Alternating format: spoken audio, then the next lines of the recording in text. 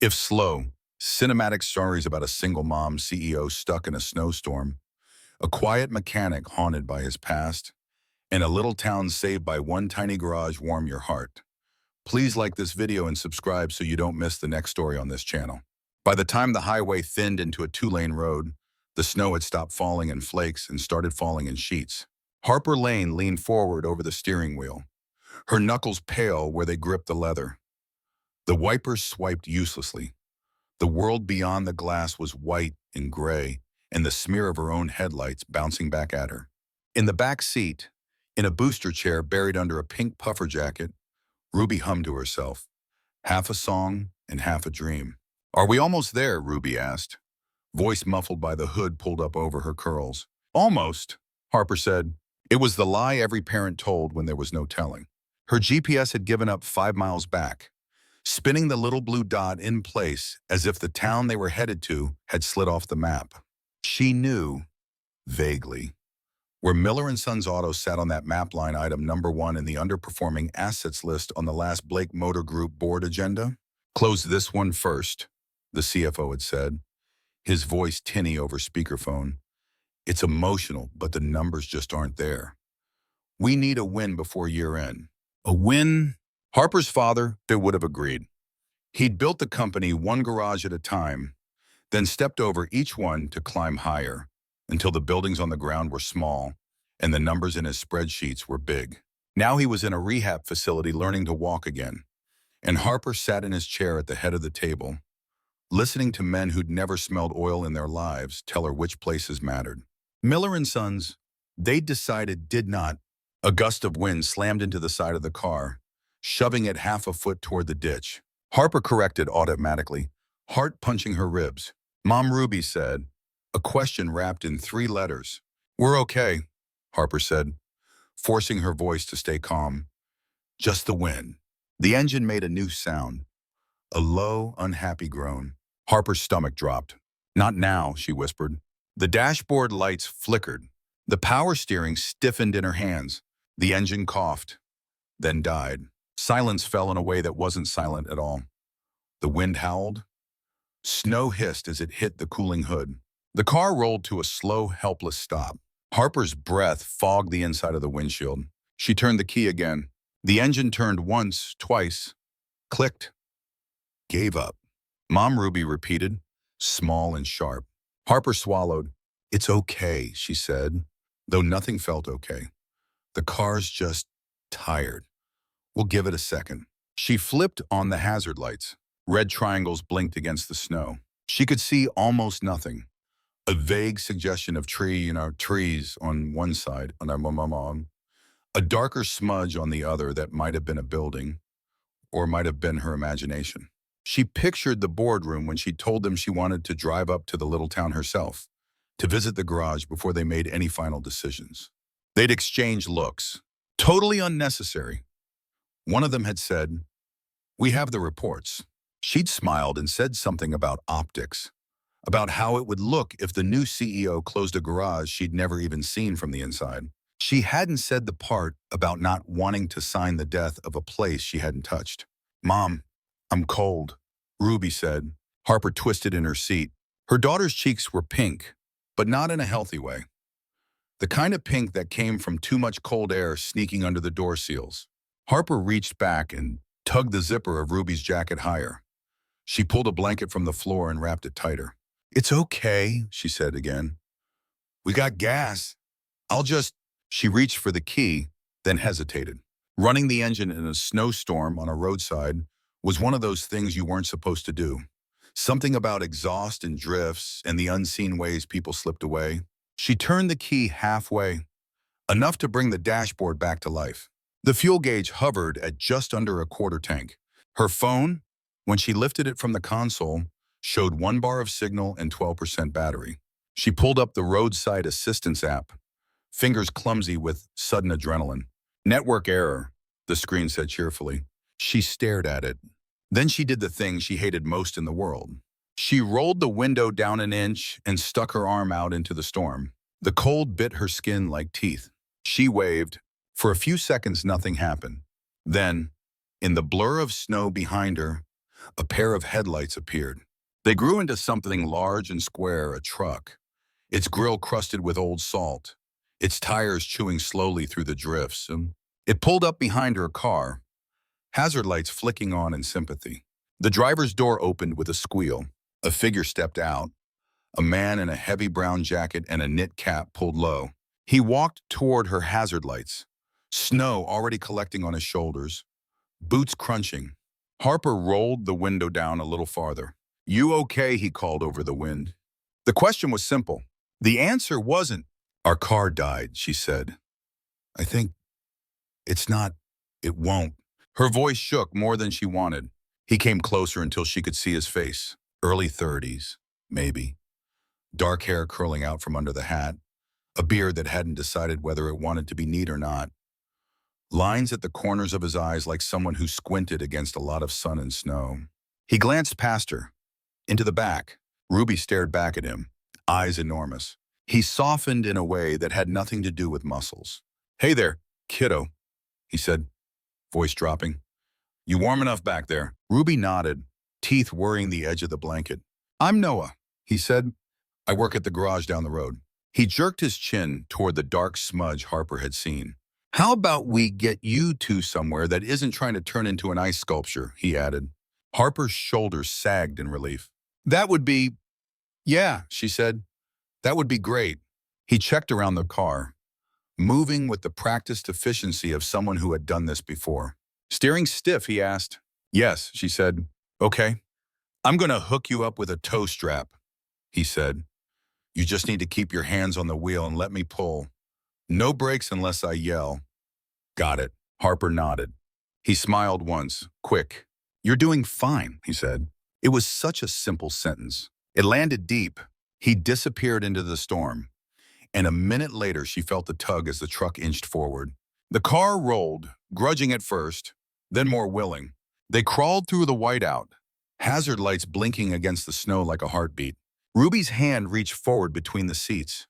Harper took it without looking back and held on. The darker smudge grew into a shape. A low building emerged, its roof thick with snow, its front windows glowing yellow against the blue night. "Miller and Sons Auto," the sign said in faded red letters. The garage door rolled up with a groan as Noah hit a button on the wall. He towed them inside, out of the storm, and closed the world off with a rumbling clatter. The sudden quiet felt unreal. Harper turned the key again on reflex. The engine made a soft, hopeless noise. "Don't worry about that yet," Noah said, stepping around to her door. "Let's get you two warm first." He opened her door, offering a hand. The gesture was polite, not patronizing. She took it. Her fingers were cold in his grip. He moved to the back, opening the rear door gentler than the rust and age of her car deserved. "Hey, Ruby," he said. She blinked. "How do you know my name?" she asked. He pointed to the backpack at her feet, where Ruby Lane was written in purple marker. "Lucky guess," he said. He unbuckled her carefully, lifting her into his arms as if she weighed nothing. Her arms went around his neck automatically. "You like hot chocolate?" he asked. She nodded against his shoulder. "Good," he said, "because I have a thermos that's been waiting for someone who actually deserves it." He led them toward a small office space off the main garage floor. Inside, a heater wheezed. A coffee pot sat half full on a stained counter. A couple of mismatched chairs made a brave attempt at a waiting room. He set Ruby in one of the chairs and pulled an old army blanket from a hook on the wall, tucking it around her. Harper stood in the doorway, hands useless at her sides. "Sit," he said gently, nodding toward the other chair. "You're shaking." "I'm fine," she said automatically. "You're human," he replied. "Same thing on a night like this." She sat. He poured hot chocolate from a dented thermos into a paper cup and handed it to Ruby. To Harper, he offered coffee, black, dark, hot. She wrapped her hands around the cup and let the heat seep into her fingers. For a while, nobody said much. The wind howled against the garage door. The heater rattled. Somewhere in the back of the shop, a clock ticked. Ruby yawned, the adrenaline leaving her small body, and slid sideways in the chair until her head found Harper's lap. Harper brushed damp hair from her forehead. Noah leaned against the doorframe of the office, arms folded, watching the snow plaster itself against the high windows. "You drove up in this," he asked eventually. "I didn't know it was going to be this bad," Harper said. "The weather report did," he said. She huffed a breath that might have been a laugh if it weren't so thin. "I don't usually have time to listen," she said. He shrugged. "Storms don't care about schedules," he said. Out on the floor, her car sat under fluorescent lights, dripping melted snow onto the concrete. It looked small, fragile somehow, like something that shouldn't have been asked to carry so much weight. Harper knew the feeling. "Thank you," she said suddenly. He glanced at her. "For the tow?" he asked. "For stopping," she said. "For seeing us." He looked back at the snow. "Hard to miss a hazard light blinking like it's trying to survive," he said. "I've been one." She opened her mouth to ask what he meant. The word stalled. His profile was closed off. Not unfriendly, just guarded. "Get some rest," he said instead. "I'll take a look at your car. You can't go anywhere until the plows catch up anyway." She nodded. Her hand found Ruby's again. As the storm raged outside, as the lights hummed, as the smell of oil and coffee wrapped around them, Harper Lane sat in a small-town garage that a spreadsheet had already marked as a loss and felt, for the first time in a long time, like somebody had drawn a line between her and the dark. The storm passed slowly. By mid-morning, the snow had gone from violent to sullen. The roads were a mess of slush and ice. Plows had carved narrow canyons between banks taller than Ruby. Harper stood beside her car as Noah wiped his hands on a rag. He'd been under the hood, his movements efficient and precise. "It's not dead," he said, nodding toward the engine. "Just tired. Battery's on its last legs. Alternator's not thrilled either." "Can you fix it?" she asked. He gave her a look, and for a moment she saw the outline of a younger man, cocky and sure, before the weight settled back on his shoulders. "Yeah," he said. "We'll get you going. Might need to order a part. The delivery truck won't make it here until the roads are less insane, though." "How long?" she asked. "Day, maybe 2, he said. "I have meetings," she said reflexively. "Storm doesn't care," he repeated. "Your kid needs somewhere warm. That I can do." She glanced toward the office. Ruby sat on the floor coloring on the back of an outdated calendar, legs kicking idly in the air. Mr. Miller, whose name was on the sign outside, sat in a chair nearby, watching with a fond smile. He was in his late 60s, hair gone soft and thin, hands still bearing the permanent stains of a lifetime spent with engines. "What do I owe you?" Harper asked. "For the tow, the coffee, and almost giving me a heart attack when I saw a sedan in that ditch," Noah said. "We'll call it even." She frowned. "I insist on paying," she said. "You can argue with Mr. Miller about that," he replied. "He's the one who says no one pays for not freezing to death." He slung the rag over his shoulder and walked away to answer the phone, leaving her standing between her car and the reality of the next 48 hours. She pulled her phone from her pocket. An email notification blinked. Subject: closure recommendations, final. Her stomach clenched. She opened it. A spreadsheet filled the screen. Column after column of numbers, red and black and cold. At the top of the list, highlighted in yellow, was Miller & Sons Auto, rural, projected savings high. She scrolled. Notes: low throughput, aging owner, high maintenance quota, recommend closure and asset liquidation Q1. She lifted her eyes. Miller laughed at something Ruby said. Head thrown back. Joy as simple as it was rare. Aging owner, the spreadsheet had said, not man whose garage just saved a child and her mother from a snowstorm. The phone buzzed again. A message from the CFO. Need confirmation you'll announce Miller closure in January meeting. Board wants to show decisive leadership. Her thumb hovered over the keyboard. She typed, I'll review once I've seen it in person. Then, after a second, no decisions until then. She hit send. It was a small defiance, but it was more than she'd managed in any board meeting so far. The next day, when the road out of town had technically reopened, Harper found herself driving the 3 blocks between the motel and Miller & Sons anyway. The part hadn't arrived yet. That was the excuse. The real reason sat in the passenger seat, swinging her boots and humming. Are we seeing Mr. Fixer, Ruby asked. Yes, Harper said. Can I help, Ruby asked? With what Harper said, fixing, Ruby replied, as if it were obvious. Harper smiled despite herself. We'll see, she said. The garage was busy when they arrived. A pickup truck idled on the lift, its undercarriage exposed. A woman in a red coat waited by the counter, clutching a keyring like a lifeline. Noah moved between it all with a kind of controlled stillness. He didn't rush. He didn't dawdle. He simply did the next necessary thing. Ruby darted toward him. Mr. Fixer, she called. He turned, surprise flickering, then settling into something softer. Hey, kid, he said. You come to steal my job. She nodded seriously. I can hold the flashlight, she said. Best kind of assistant, he said. Come on. He handed her a pair of safety goggles, far too big for her face, and a small flashlight. Rule number 1, he said, crouching to her level. You do not point the light in my eyes. I need those. Okay, she said solemnly. Rule number 2, he continued.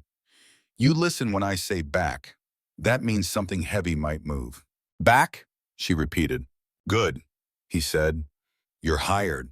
Harper watched from the doorway between the office and the shop as Ruby climbed onto a small step stool and shone the flashlight under the hood of her own car. There was something about the way Noah looked at her daughter, not like a burden, not like a breakable thing, but like a person that made something in Harper's chest shift. Mr. Miller stepped up beside her. She likes this place, he said, nodding toward Ruby. So do I, Harper said quietly. He studied her. You're not from around here, he said. It wasn't a question. No, she said. You drive up in a storm, he said. Car dies. You end up here. That's a story my father would have told for weeks. He smiled. My boys are gone, he went on. One to the city, one to a warmer state. Noah's what's left between these walls. Him and the kids he lets hang around at night, pretending they just like changing oil. Kids, she asked. Teenagers, he said, think they're made of rubber. Noah keeps them here, keeps their hands on tools instead of steering wheels going 100 miles an hour down County Road 9. There was pride in his voice, and worry. That's generous of him, Harper said. It's self-defense. Mr. Miller said. He already buried one kid he loved because of a car. He's not looking to repeat that. Harper frowned. Who, she asked. Mr. Miller sighed. Not my story to tell, he said. Ask him if you're staying long enough for him to think he owes you the truth. He patted her arm and moved away to answer the ringing phone. Harper leaned against the doorframe, watching the life unfolding in the garage she was supposed to shut down. The board never saw this part. They saw digits, graphs, losses. They didn't see Ruby in 2 big goggles, carefully following Noah's instructions. They didn't see the way the town seemed to orbit this place. And they definitely didn't see the teenagers who appeared that evening, long after most garages would have closed. It started with one, a lanky boy in a worn hoodie, hat shoved backward, hands jammed into his pockets. He hovered near the open bay door, breath puffing in the cold. Noah glanced up from the workbench. Tyler, he said. You're late. Snow, the boy muttered, which was technically true for everyone in a 100-mile radius. Grab the pan, Noah said, jerking his chin toward a shelf. We're doing an oil change on Mrs. Klein's Civic. Try not to drown in 5W30. Tyler smirked and shuffled in. 2 more boys followed, then a girl with purple hair, all of them shedding snow and sarcasm as they came. Harper sat in the office with Ruby, a coloring book open in front of them. From where she sat, she could see the teens through the glass. They moved around Noah like small, orbiting moons. They joked, they complained, they listened. No racing stories, Noah said at one point, voice sharp enough to cut through the music spilling tinny from someone's speaker. Tyler rolled his eyes. Man, you always, no racing stories, Noah repeated. You want to talk horsepower, torque? Fine. You start bragging about who you smoked on the overpass last weekend. You're out? Just a story, Tyler muttered. That's how it starts, Noah said, eyes suddenly colder. Just a story until it's a headstone. The room went quiet for a second. Then someone changed the subject, and the noise resumed, slightly more subdued. Harper pretended to focus on Ruby's meticulous coloring inside the lines. Her ears stayed in the shop. Later, when the teens had trickled out, leaving behind empty soda cans in the faint scent of cheap cologne, Harper found herself standing in the doorway again. Noah sat on the concrete floor, back against a stack of tires, elbows on his knees. The garage was mostly dark. Only one overhead light burned, casting him in a small island of amber. He held a small wooden box in his hands, the lid open. Inside, she could see the edge of a photograph. She should have turned away. She knew that. But something in the curve of his shoulders, the way his head bowed over that box, pinned her in place. She watched as he lifted the photo out, fingers careful. A girl smiled up from the glossy paper. 17, maybe, hair pulled back, grease on her cheek, standing with her arm flung over the roof of a sleek red coupe. Her eyes shone with a mixture of pride and recklessness. Harper recognized the look. It was the same one she'd seen in the mirror the day she took the CEO badge. The day she told herself she could beat the numbers game and still keep her soul. Noah stared at the photo for a long time. The garage was quiet. No music, no voices, just the faint hum of the heater and the occasional rattle as it kicked on.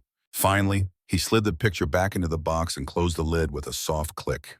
He set it on the workbench as if it weighed more than any engine block. When he turned and saw Harper in the doorway, he froze. They regarded each other across the shadowy shop. "I'm sorry," she said quickly. "I didn't mean to." "See something you're not supposed to," he finished. His voice wasn't angry, just tired. "I can go," she said. He exhaled.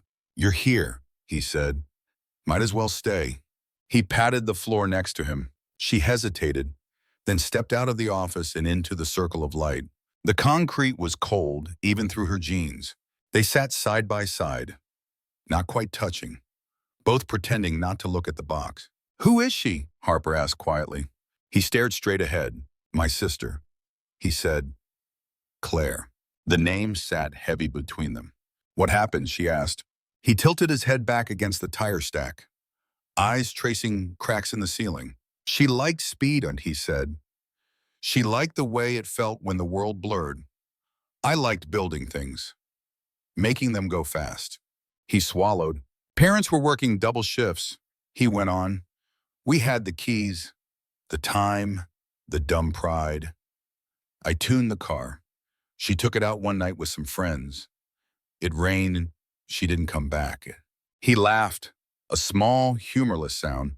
"People said it was an accident," he said. "They said it wasn't my fault. I heard you killed her anyway." Harper's throat tightened. "How old were you?" she asked. 19, he said. She was 17. He rubbed his palms over his thighs. "I quit everything for a while," he said. "School, friends, driving. Eventually ended up here, changing oil for farmers and retirees. Seemed safe. Nobody was asking me to make anything go faster. Just keep it running." "And the garage nights?" she asked.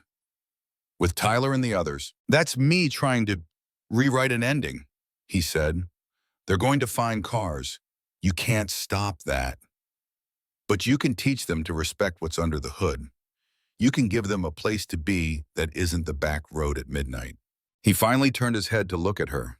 "Now you know my worst story," he said. "Your turn." She huffed a soft breath. "Mine isn't as dramatic," she said. "Just different."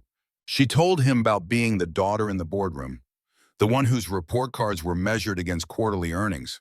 She told him about the man who'd promised to be there and wasn't, about hospital monitors and empty chairs, about holding Ruby for the first time with nobody's hand in hers. She told him about spreadsheets and closure recommendations and how easy it was to lose people under the weight of numbers.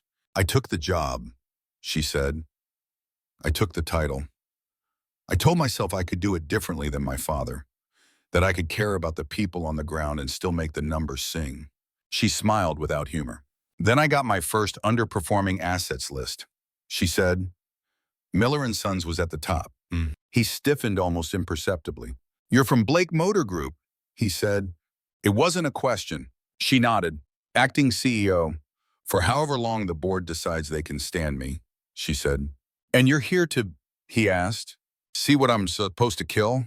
She said bluntly. He flinched. I didn't mean, you did? He said, it's okay. It's probably accurate. It's not, she said quickly.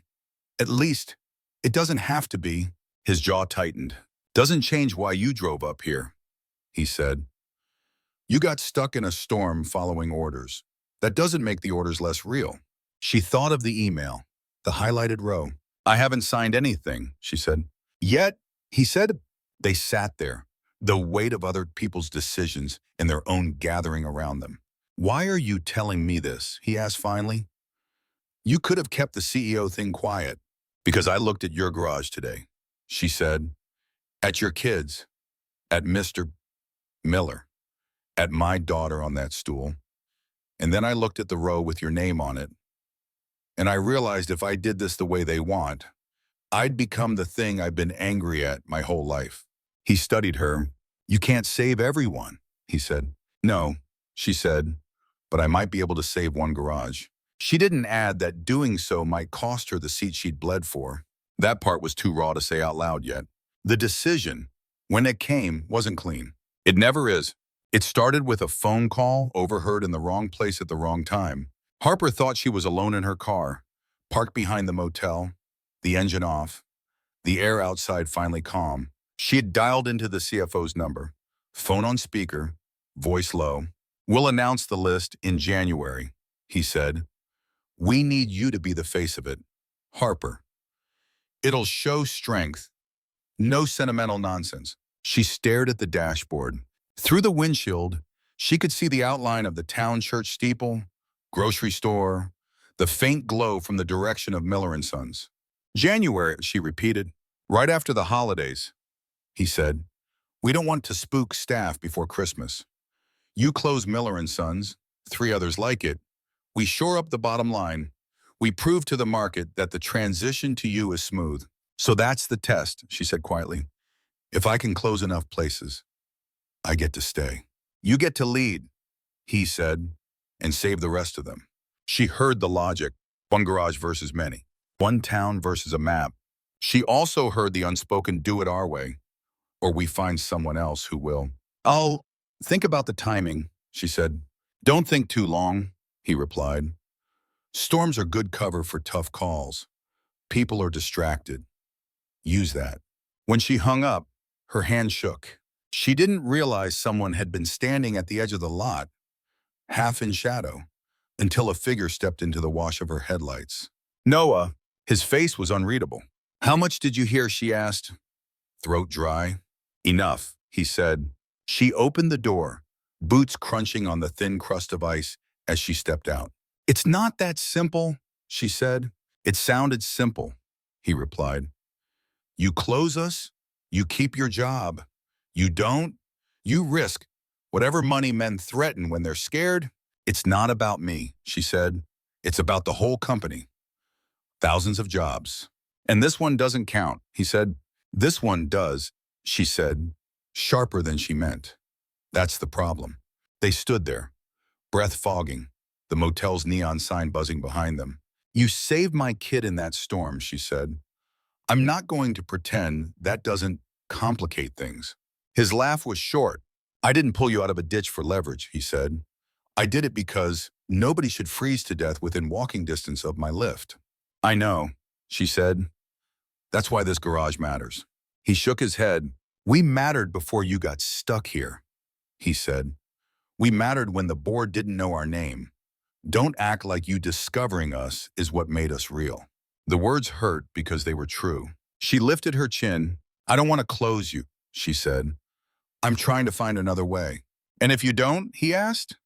If they tell you it's us or your chair. She thought of Ruby in the office, coloring while the world spun on adult decisions. She thought of her father in the rehab center, eyes sharp despite the slur in his speech, still asking about profit margins. She thought of Claire, forever 17 in a photo in a box. I don't know, she said. He nodded, once. That's the first honest thing I've heard since you told me your job, he said. He stepped back. For what it's worth, he added, if you have to pick, I'm not worth your daughter's security. No garages, The self-loathing in his tone made her chest ache. "That's not your call," she said. "Feels like it is," he said. "It's my life." He turned away, heading toward the dark line of the trees, shoulders hunched. She watched him go, hands numb in a way that had nothing to do with the cold. The accident happened 2 nights later. The snow had stopped.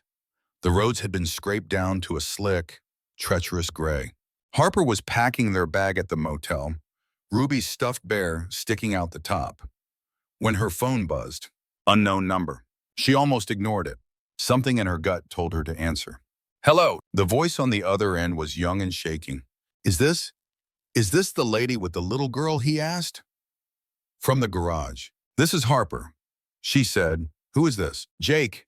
He said, "Bashadi. I'm one of the kids Noah yells at." The background noise filtered in wind, maybe, and sounds she didn't want to name. "What's wrong, Jake?" she asked. "It's Tyler," he said. He took his car out on County 9. They were racing. He hit the guardrail. Noah's there, but he told me to call you because, I don't know. He said you'd know who to call for real help." Her heartbeat jumped. "Where are you exactly?" she asked. He rattled off landmarks, his voice rising and falling. "Stay with him," she said. "Keep him talking." "I'm on my way." She grabbed her coat. "Mom?" Ruby asked, emerging from the bathroom with toothpaste on her chin. "Stay here," Harper said. "Lock the door. I'll be back as soon as I can. If I'm not back in an hour, call the front desk and tell them to look for me on County 9, okay?" Ruby's eyes widened. "Is it a storm?" she asked. Harper shook her head. "It's a different kind of trouble," she said. "I have to help Noah." She kissed her daughter's forehead, then ran. The road out of town was a ribbon of ice and shadow. Her tires slipped once, twice. She kept going. Emergency lights flashed ahead, red, blue, white, painting the snow in pulsing color. She pulled over behind a cluster of vehicles and ran the rest of the way, boots sliding. The car had hit the guardrail at an angle. The front end crumpled, hood popped, one headlight still burning defiantly. Tyler sat in the driver's seat, airbag deflated, eyes wild. His left leg was trapped under the dashboard. Blood stained his jeans. Noah knelt in the snow by the open door, one hand on the boy's shoulder. "Hey," Harper said, breathless. Noah glanced up. His face was pale, jaw clenched. "Ambulance is 10 minutes out," he said. "We need to get this dash off his leg before swelling sets in." "The cutter they brought isn't strong enough." "Tools?" she asked. "Back at the garage," he said. He didn't have to say the rest. She turned and ran back to her car. The drive back to Miller & Sons took 4 minutes. She broke at least 3 laws doing it. The garage was dark, closed for the night. She fumbled with the spare key Noah had given her earlier that day in case you need to wait inside sometime. The overhead lights flickered on. She grabbed the biggest pry bar she could find, a saw, a box of wedges. Her hands moved without asking her brain's permission. She'd spent enough time in garages as a child to know what might be useful. By the time she got back, the sirens were closer. The cold seemed sharper. She slid in the snow, dropping to her knees beside the twisted metal. "Here," she panted, shoving the tools toward Noah. He took them without question. "Ty," he said, voice calm in a way his eyes weren't. "You're about to hear some unpleasant noises. They're not happening to you. They're happening to the metal. You hear me?" Tyler nodded, tears freezing on his cheeks. "I'm sorry," he choked. "I'm sorry, I'm sorry. Shut up," Noah said, but there was no anger in it. "You can apologize later. Right now, I need you to breathe." Together, they worked. Noah wedged the pry bar into the crushed dash. Harper braced her shoulder against the car's frame, putting her weight into the leverage. The metal screeched, reluctant to give. Jake hovered nearby, pale, ready to support Tyler's leg when it came free. "On 3, Noah said. 1, 2, 3. They heaved. The dash shifted. Tyler screamed as his leg came free, then sobbed as the pressure changed. Harper nearly fell backward. Noah caught her with one hand, the other still on the pry bar. Got you, he grunted. The ambulance pulled up, tires throwing slush. Paramedics rushed in, taking over, checking vitals, stabilizing. Harper stepped back, chest heaving, watchful. When Tyler was finally loaded into the ambulance, Noah climbed in long enough to squeeze his hand. You don't get to die on me, he said. I'm not giving your mom another reason to hate this garage. Tyler laughed through his tears, a choked sound. The doors closed. The siren wailed. Snowflakes began to fall again, soft and almost pretty. Noah stood in the sudden quiet, shoulders sagging. His breath shook. Harper stepped beside him. This wasn't your fault, she said. Feels familiar, he replied. You weren't the one behind the wheel, she said. I was the one who took his story seriously. He said, I told myself that was enough. Maybe it wasn't. She looked at him, at the lines of strain around his mouth, at the way his hands trembled now that the crisis had passed. You were the one on the road with him, she said. Not the kids in the group chat who egged him on. Not the adults who never listened. You were here. He let out a breath that sounded like it took part of his weight with it. You called the ambulance, he said. You called me, she replied. Turns out I can still be useful without a boardroom. They stood there, the cold settling into their bones, the guardrail twisted, the marks of tires carved into the snow. If she closed Miller and Sons, where would the next Tyler go when his car slid? Who would stand by the twisted metal? Who would have the tools, the hands, the calm? The answer was simple. No one. Her phone buzzed in her pocket. She didn't look at it. Not yet. The board meeting was 2 days later. Harper sat in her father's old chair, the video conference windows arrayed like judges on the screen. CFO, Senior VP, 2 outside directors. A lawyer whose tie looked more expensive than some garage's monthly rent. Let's get to it, the CFO said.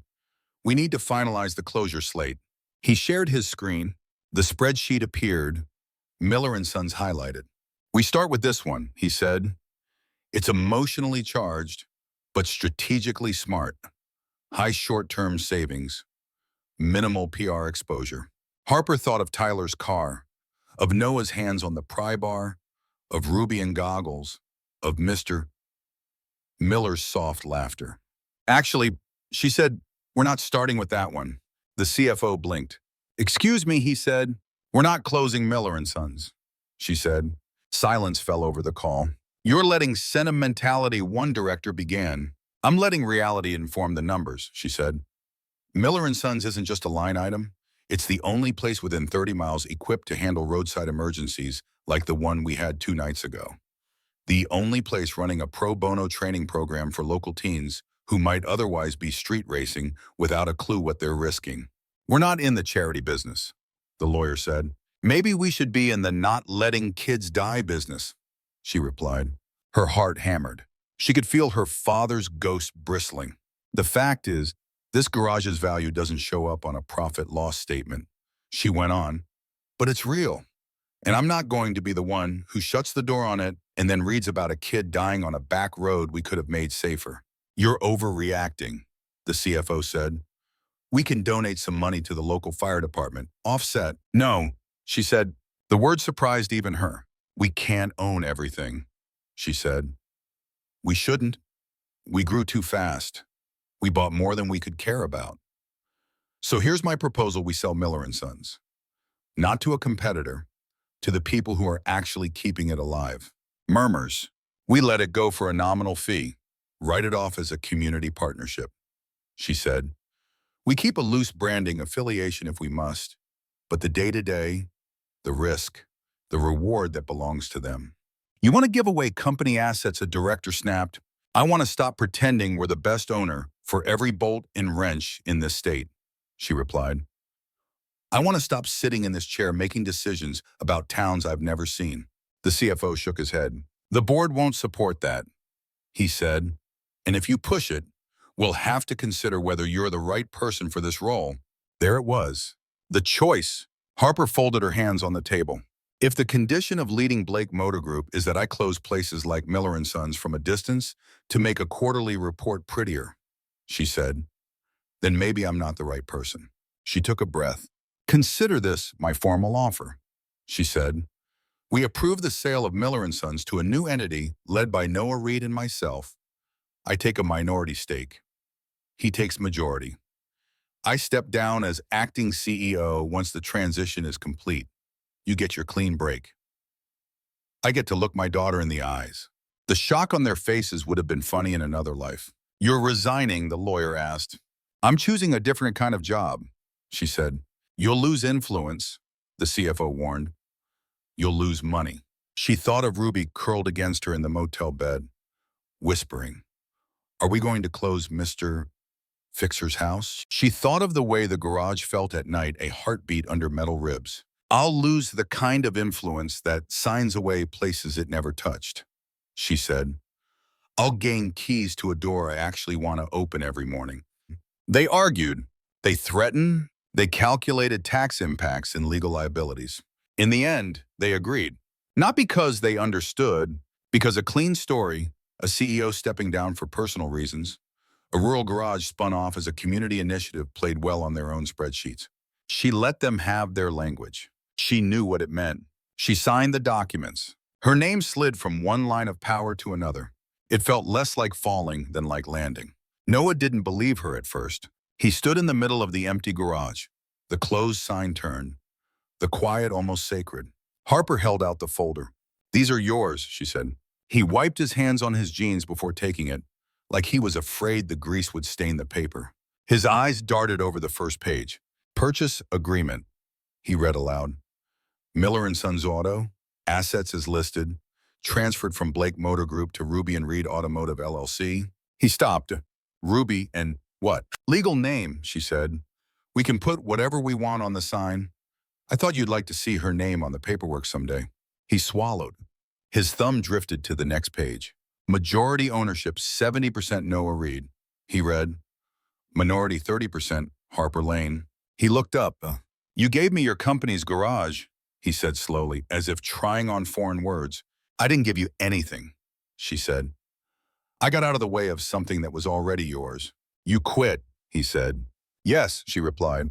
You gave up the CEO chair, he said. I traded it for this floor, she said, toeing the concrete. For this, he asked, gesturing to the tools, the lifts, the oil stains. For this, she said. For Tyler and Ruby and Mr. Miller and the 100 things that happen in here we'll never put in a report. He stared at her for a long time. What if I mess it up, he asked. You will, she said. His eyebrows shot up. Thanks for the vote of confidence, he muttered.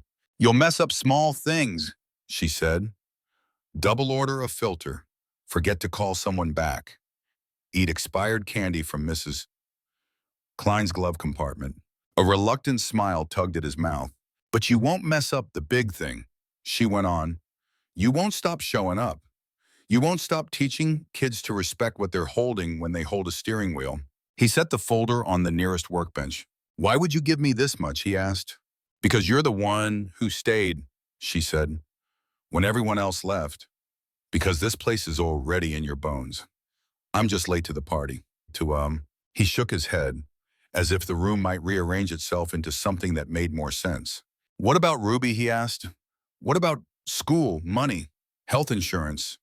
All that stuff your board was probably excited to wave around. I'll figure it out, she said, on a smaller scale, with a desk in that office instead of a view of the city. She nodded toward the cramped little room. And she'll grow up knowing her life isn't built on other people's losses. She added, that's worth more than a salary line. He looked at her like he was seeing someone he hadn't expected inside the person he thought he knew. This is a lot, he said. I know, she replied. Give me a minute, he said. Take all you need, she said. He walked to the workbench, picked up the wooden box, opened it. Claire smiled up at him. He looked from the photo to the folder, to the grease-stained floor, to the woman who had walked into his storm and chosen to stay. Hey, Claire, he murmured, just loud enough for himself. Looks like we get another shot at doing this better. He closed the box and set it gently on a shelf. Then he turned back to Harper. You're really okay with your name being on something this small, he asked. It's not small, she said. It's just close. He exhaled. Okay, he said. Okay, she repeated. I'll sign, he said. I'll take it. I'll try not to crash the thing you just handed me. You won't, she said. And if you start to, I'll be in that office with a fire extinguisher. He smiled. The feeling that moved through the garage then wasn't fireworks. It was quieter, like the click of a new key in an old lock, turning smoothly for the first time. A year later, the sign out front read, Ruby's Garage and Community Auto. The letters weren't perfect. Noah and Tyler had painted them by hand, standing on a borrowed ladder, arguing about font. Underneath, in smaller print, someone had added, fixing cars, keeping kids safe. Snow fell in lazy spirals, landing on the roof, the windshield of the sedan parked closest to the door, the shoulders of the people moving in and out. Inside, the garage smelled like oil, coffee, and something baking. Ruby stood on the same step stool she'd used a year before, wearing safety goggles that now nearly fit her face.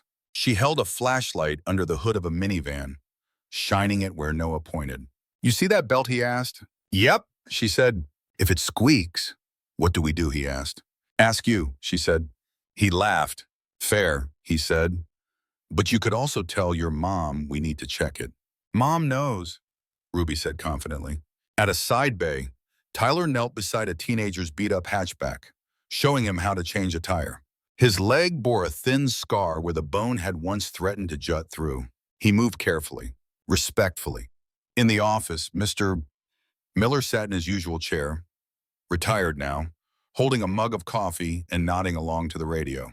Harper occupied the small desk. Papers spread out receipts, invoices, hand-drawn flyers for the next teen garage night.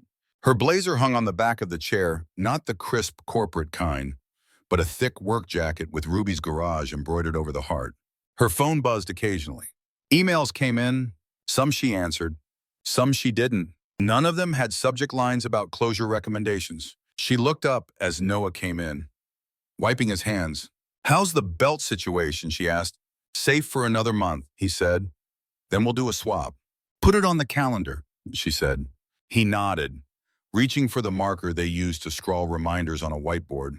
Ruby burst through the door before he could pick it up, cheeks pink from the cold outside the bays. Mom, she announced, Tyler says we have to put up more lights so nobody trips when they come in for teen night. We're not turning this place into a runway, Noah said. Just a few more strands, Harper said. We saved them from last Christmas. Remember, last Christmas we were barely open. Noah replied, this year we have actual customers. And bills. Lots of bills. Harper smiled. You'd rather have bills than silence, she said. He considered. Yeah, he conceded. Noise is good. Ruby climbed onto his knee without asking, tucking herself under his arm. He adjusted automatically, wrapping the arm around her as if it had always been meant for that. Mr. Fixer, she said. Yeah, he asked. If the car breaks again in a storm, she said, will you still come save us? He looked at Harper over the top of her head. Snow dotted the window behind her, blurring the world beyond. I won't let you be in a storm alone again, he said, with a car or without one. Ruby seemed satisfied. Good, she said, because I don't like ditches. Me neither. Kid, he said. Harper turned towards the window. Outside, the reflection of the three of them glowed faintly on the glass her at the desk. Noah in the chair, Ruby perched between. The letters of Ruby's Garage arched over their mirrored heads. For a long, quiet moment, she let herself simply stand there. No agenda, no graph, just the sound of the heater kicking on, the faint music from the radio, Tyler laughing somewhere in the shop. A year ago, she'd been a CEO in a high-rise, staring at a map dotted with garages she was supposed to cut. Now she stood in one small, stubborn place on that map. She'd lost a title that made people sit up straighter in meetings. She'd gained a key that fit the front door of a garage where her daughter's name shone in paint and light. Hey, Noah said softly behind her. She turned. Yeah, she asked. You're doing fine, he said. He'd said it to her in the storm, when she'd been shaking behind a steering wheel. It sounded different now, less like reassurance, more like recognition. She smiled. So are you, she said. He tipped an invisible cap. The day went on. Cars came and went. Kids wandered in after school, shedding backpacks and worry, picking up wrenches and stories. Snow gathered on the roof. Inside, under the hum of fluorescent lights and the low murmur of human voices, something like a heart kept beating. Not a company's, a family's, a town's, a small, warm miracle born in a storm and kept alive by stubborn, ordinary hands.